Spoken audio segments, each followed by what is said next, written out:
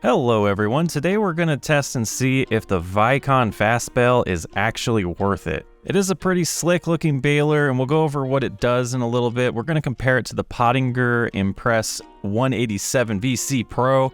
Pretty good auto wrapping baler that I use a lot, but we want to see if it's better. So if you've used the Pottinger like I have, you know that you have to stop every time for it to unload the bale for it to start wrapping, and then you can go again. Sometimes you just forget to stop and you have to back up, which you'll see in my replay as well. The Vicon does solve that, but is it faster? Is it actually a fast baler, or is it the same? We'll see. So taking a look at the balers right now, just to kind of look at the prices and the specs on them, the Fastbale is $110,000. It's also limited to only wrapping 125 centimeter bales. So those are the smallest that you can do with the Pottinger. But let's go back in there as well. The speed, you can go 10 miles an hour and you need 150 horsepower. Not too bad.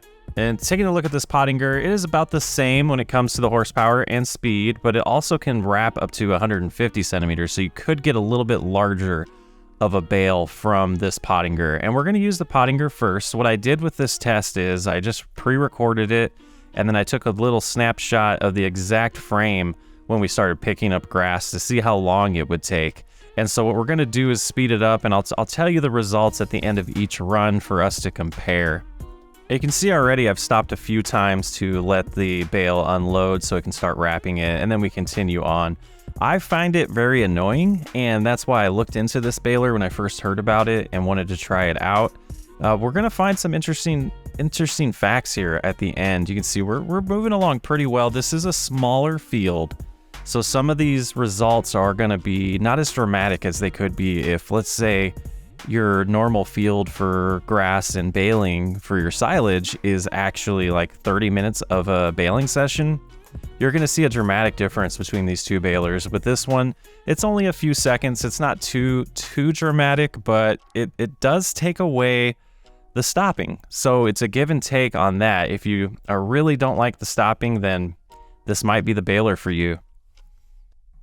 And now we'll jump in the other John Deere and start working on the Vicon here. You can see we're going 4 miles an hour. It is slower because of the process that it does. So it has a single chamber in the front that collects up to a certain amount of the grass. And once it gets to that, it looks like 25,000 or 2,500 liters, it moves it over to the other chamber to finish the baling, and then it pops it out for it to wrap. So the process here is pretty sweet. You don't have to stop. You just constantly go. You can just set cruise control, or you can have GPS enabled so that you can use the guided steering and just go and get it done.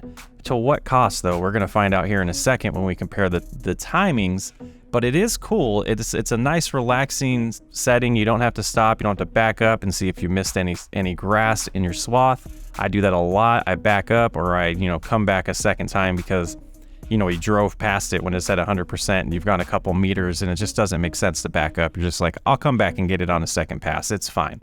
It will save you from doing those. So looking at it finishing now, so the first run was 2 minutes and 53 seconds, which was with the Pottinger. The second run was 3 minutes and 11 seconds with the Vicon.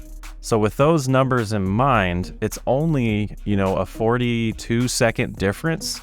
So that's not that terrible. That's not that horrible of a difference.